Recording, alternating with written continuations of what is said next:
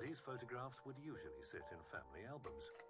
Few people, other than loved ones, would know where the subjects lived and worked, or of their dreams. But that changed in the early spring of 2020. These are healthcare workers who saved lives in the first and therefore hardest days of the coronavirus pandemic. Then there was barely any protective equipment, no red zones in special clinics, and no social distancing. Every single one of them in different countries and on different continents was simply doing their job so that others might live.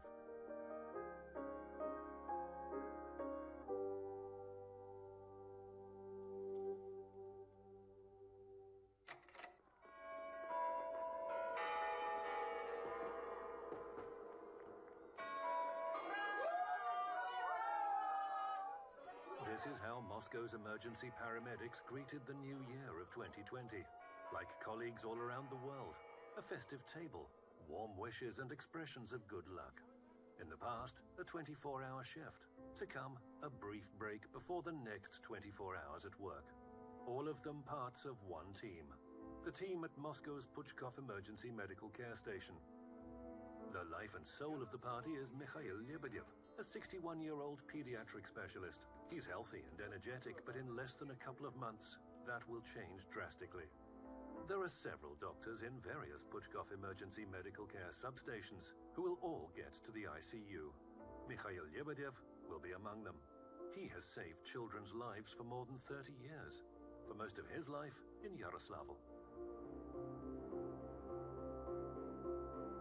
Mikhail Lebedev and his colleagues founded the first ICU for newborn children in Yaroslavl. Local doctors didn't have the experience.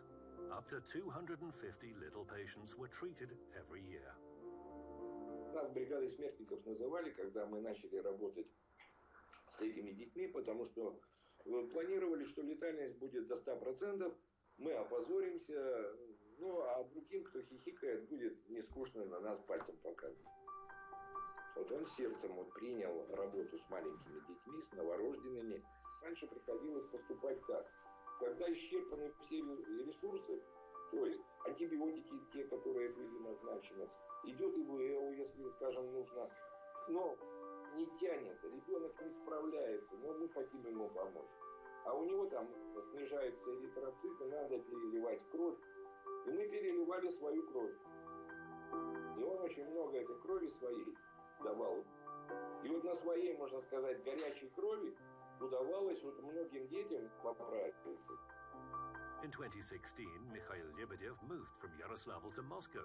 He got a job as a children's intensive care specialist at the emergency medical station. Он звонил мне каждый день. Когда он туда уехал, в Москву, он звонил каждый божий день. Вот. А тут не позвонил. Все. Первое время говорили, что дети не заражаются. Вот эта причина сыграла тоже большую роль. Он, конечно, говорил, что заразился от перевозимых детей. Они же реаниматологи самые подверженные. То есть они как бы интубируют их непосредственно. И поэтому, конечно, он заразился от ребенка, спасая жизнь. Я с ним разговаривал буквально за день до подключения его на ИВЛ. У него было очень тяжелое, конечно, состояние. Голос был вообще неузнаваем. И тогда я его спросил, говорю, папа, у тебя ковид? Он говорит, похоже, да. Все очень серьезно. 16 апреля последний раз он мне позвонил. Последний раз. Это день рождения мой. Он сказал, мамулечка, прости меня, и все. Даже не досказал слов. Я поняла, что он был в очень тяжелом состоянии. 18 апреля он мне последний звонил, сказал, что сын меня переводит на ИВЛ, я сам тебе позвоню через пару дней. For 8 days, Mikhail Lebedev was on a ventilator, but the doctor couldn't be saved. He was buried according to new rules set during the pandemic in a closed casket, like everyone else who died of the COVID-19 virus. Хотя бы посмотреть, да, поцеловать в лоб, прощаться с тобой нормально, нам этого не дали. Нам дали просто фотографию. А как ты просто по фотографии поймешь, да, что ты в это никогда не поверишь. Вот это нету, вот, что мы похоронили отца. Ну, я жду его, да, я его жду постоянно. То есть сейчас даже вот этого достаточно, я им периодически позвоню, потому что где-то болезнь недоступен. Спишь ночью, тебе звонок в дверь, ну, во сне уже. Ты открываешь дверь, отец стоит. И все, и просыпаешься, и больше не спишь. Он всегда будет с нами там. Он всегда будет, он всегда будет в сердце. Постоянно будет рядом.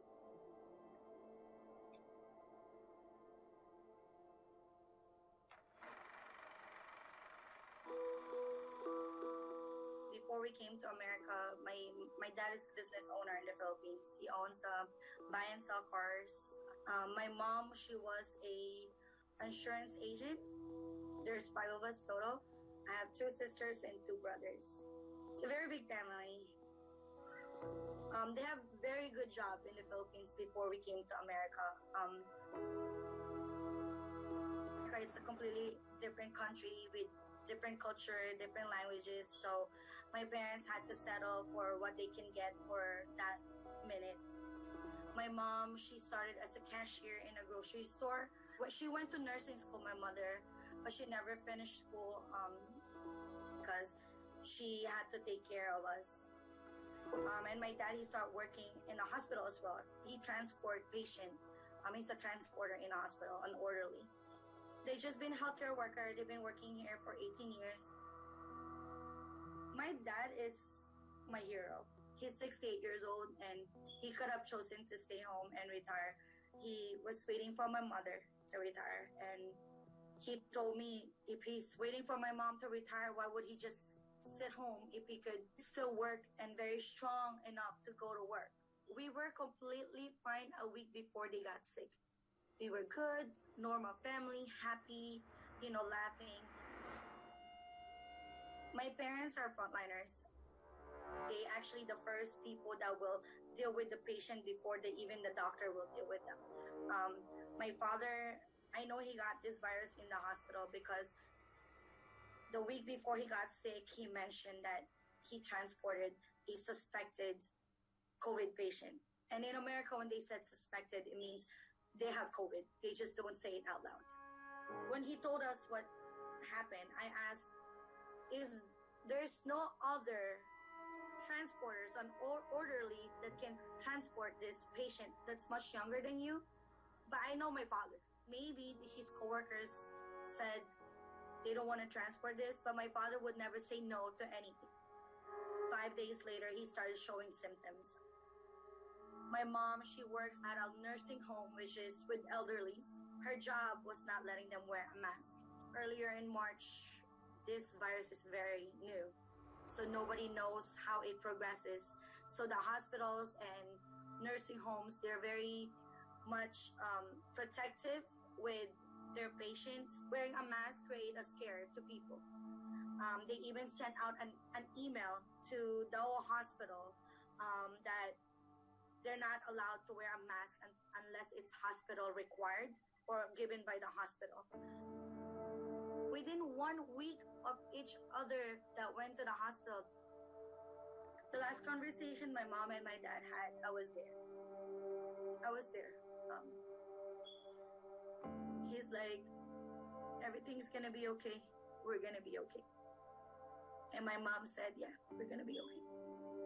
That's the last conversation they had before my dad went in cardiac arrest that week.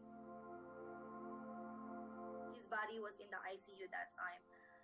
I had COVID as well.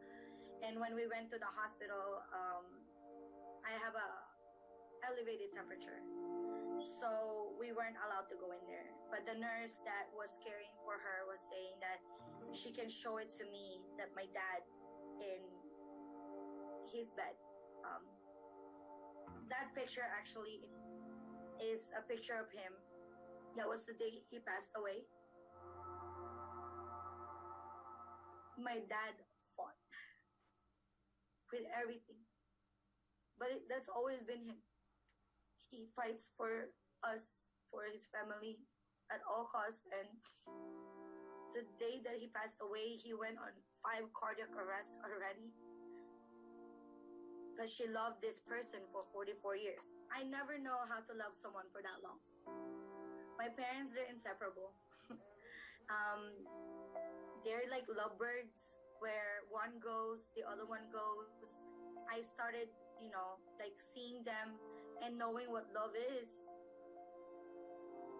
They actually died 4 days apart. My mom would have passed away the same day as my father, actually. They had to intubate her to save her life. The tubes that was put on her, that was against her will, actually. The last time I spoke to her, she told me that she doesn't want any tubes on her. But when the doctor said that if they remove the tubes, she will also go, I cannot make that decision for her. I cannot. I feel like if I would have said to remove the tubes, I feel like I killed her. We couldn't let her go that day. My dad just passed away that morning. So those 4 days that she was in tubes, we told her in prayers, Mom, if you really want to go with that, you're going to have to find a way. Because we can't do this to you. You can't put this decision on us. We love you. We want you to fight for us. When she passed away, of course, we were very hurt and sad, but we weren't surprised. Because like I said, they're inseparable, and we're very, very close family tie, and we've never imagined to put our parents and their last days in their lives here on earth to just watch a car, bring them to a crematory place. They're together in one urn. In the beginning, when I actually received the urn, I was very devastated because I was caring for them the whole time. They were sick, and I remember I was telling both of them, like, I'm gonna bring you guys back home. Everything is going to be okay. God is so good. We're gonna go back home. I'm gonna make lobster. I'm gonna cook for us. I was like telling all this. So when I brought the urn home, we haven't had any ceremony or funeral for them yet and that they want to be put in the Philippines. That's why we decided to bring them back home. They're inseparable, and we feel them. We know that they're not physically here, but they're still here with us every day.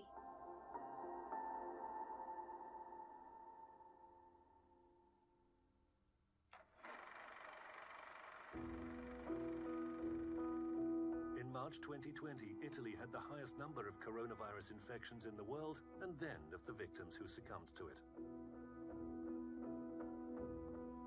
This is Samar Sinjab, a general practitioner in Veneto province. Unique and smiling. Every day smiling. I want to show you this picture that a patient of my mother made for me. All the photos she was smiling. Samar was 62. She was born in Syria but studied medicine in Padua, where she met her future husband, who was also a doctor. Italy became their adopted homeland. Their children, Rafi and Dania, followed in their footsteps, a real medical dynasty. They had about 1,600 patients between them. There is one thing that they're very interesting about my mother and about my father. They don't have a personal number and a number for the patient. Only one number that was active every day, every night, 24 hours. Day by day, she was very worried about this disease.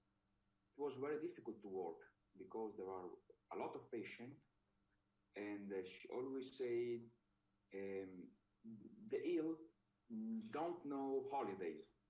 When a patient is ill, you have to treat him.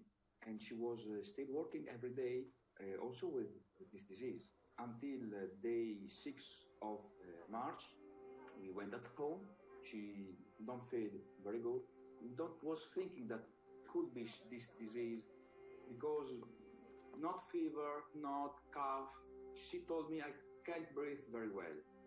We made the CT scan, and when we see the situation of the lung, was COVID. The last word she told me was, please, don't say anything to my patient because I'm coming back. Few days I'm coming back. E come si è contagiata mia mamma, come sia successo, sicuramente da un paziente positivo che è entrato in ambulatorio e che poi l'ha contagiata, tenuto conto che le mascherine proteggono il medico non al 100%. Now we use the face mask, the FFP2 or the FFP3, but in the first period we used this simple mask to protect ourselves. It told us that we need only this mask. The second one arrived too late when my mother was in the hospital. Samar Sinjab worked to the end even after she was in hospital, as long as she could hold a phone.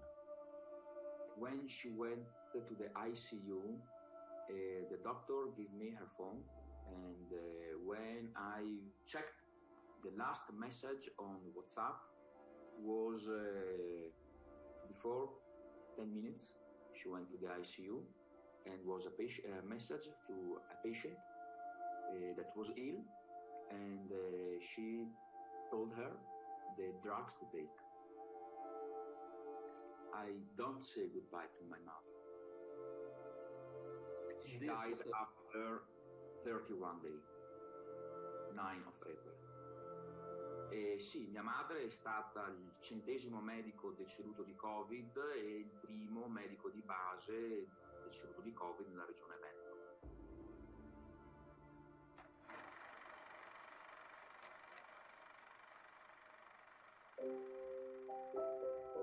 The first time I met Mike was in a Christmas service, and Mike was serving as keyboardist as time passed.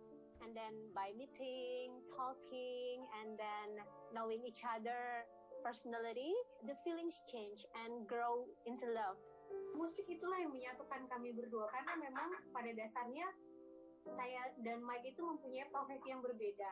I'm as a fashion designer, and then Mike as a doctor. Seperti dia kemudian memainkan musik dengan pianonya yang begitu indah, kemudian saya menyanyikan lagu juga, dan kami bisa bersama-sama berkolaborasi pada saat itu, dan itu adalah hal-hal yang sangat menyenangkan, di mana kami berdua pun sebenarnya memang punya mimpi yang besar. Selain memang Mike sebagai seorang dokter, saya sebagai desainer, kami punya mimpi besar, ingin sekali berada di panggung besar. Pada tanggal 28 April, dia waktu itu datang ke orang tua saya, kemudian dan meminta saya untuk menjadi pendamping hidupnya.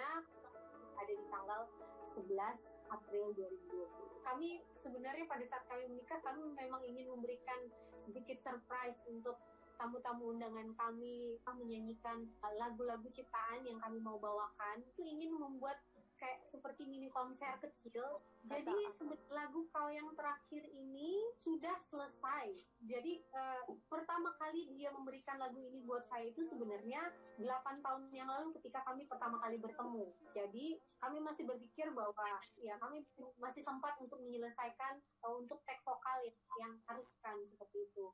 Kami juga berpikir karena pada saat itu kami juga masih punya cukup waktu, karena acara pernikahan kan kami undur.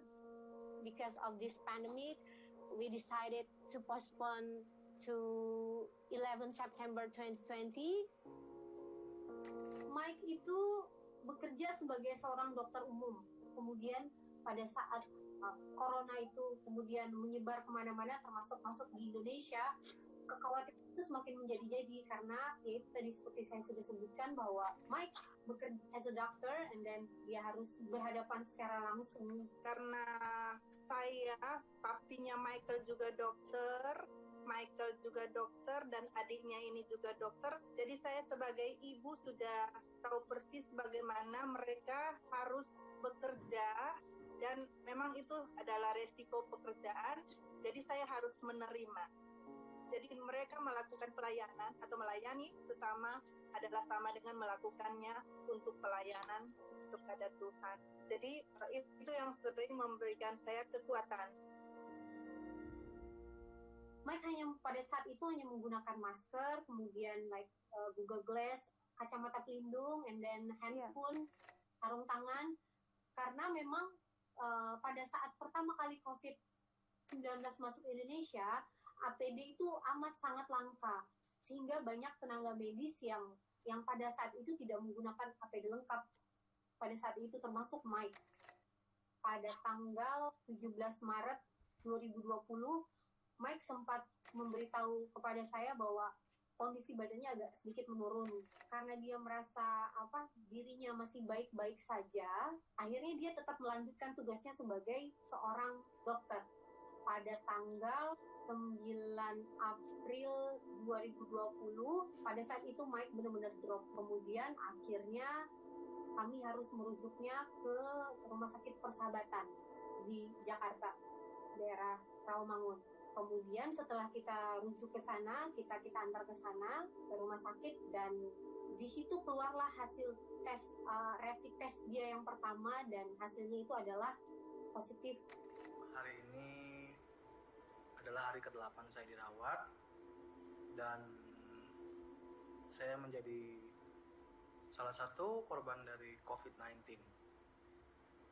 Buat saya, menjadi seorang dokter itu adalah suatu kebanggaan tersendiri, tetap bisa melayani pasien, bisa membantu banyak orang, dan tidak ada penyesalan sedikit pun.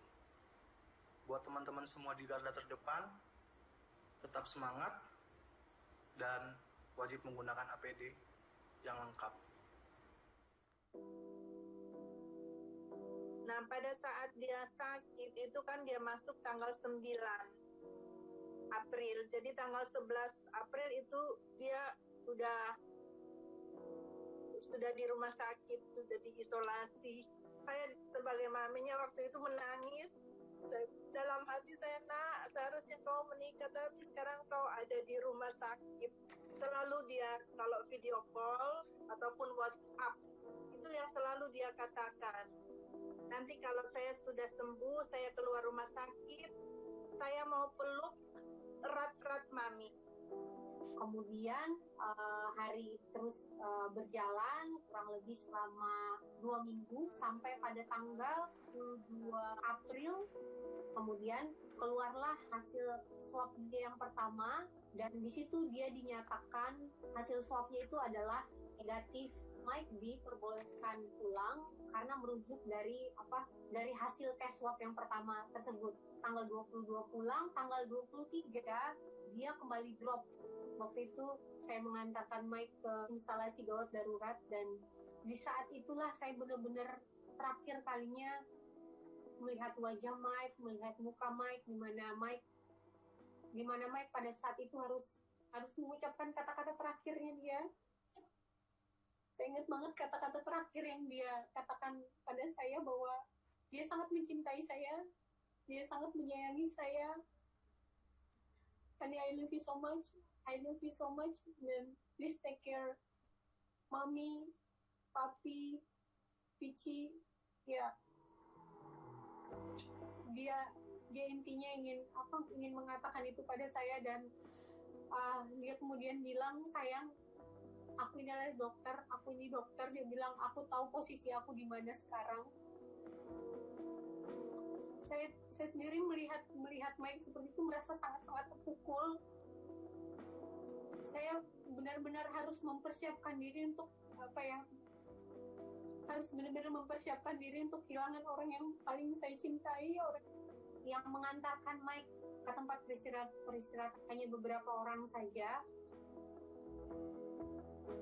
Sampai saat sebelum dia meninggal, dia pun dikenal banyak orang adalah dokter yang baik, yang selalu merawat dengan senyum dan disenangi oleh banyak orang. Itulah komentar orang-orang yang kami pun tidak kenal, bahwa mereka juga sangat kehilangan Michael, dokter yang baik, dokter yang sangat care sama orang, sangat perhatian, mau siapapun itu dia akan sampaikan apa yang dia mau menolong. Itulah si Michael. Dia melakukan hal-hal kecil yang kadang membuat saya tergelitik ketawa. Pada saat di mobil seperti itu, dia suka sekali menggenggam tangan saya, dia pegang tangan saya, kemudian dia suka cium telapak tangan saya, dia suka mencium kening saya, terus dia bilang I love you sayang, like that. Dan kemudian dia membuat satu buah lagu buat saya yang itu saya sudah berjanji sama Mike untuk menyelesaikan lagu ini. Engkau hanya senyummu yang tak pernah memudar, selalu dalam impianku yang ku harapkan. Kau yang terakhir mencintai diri ini.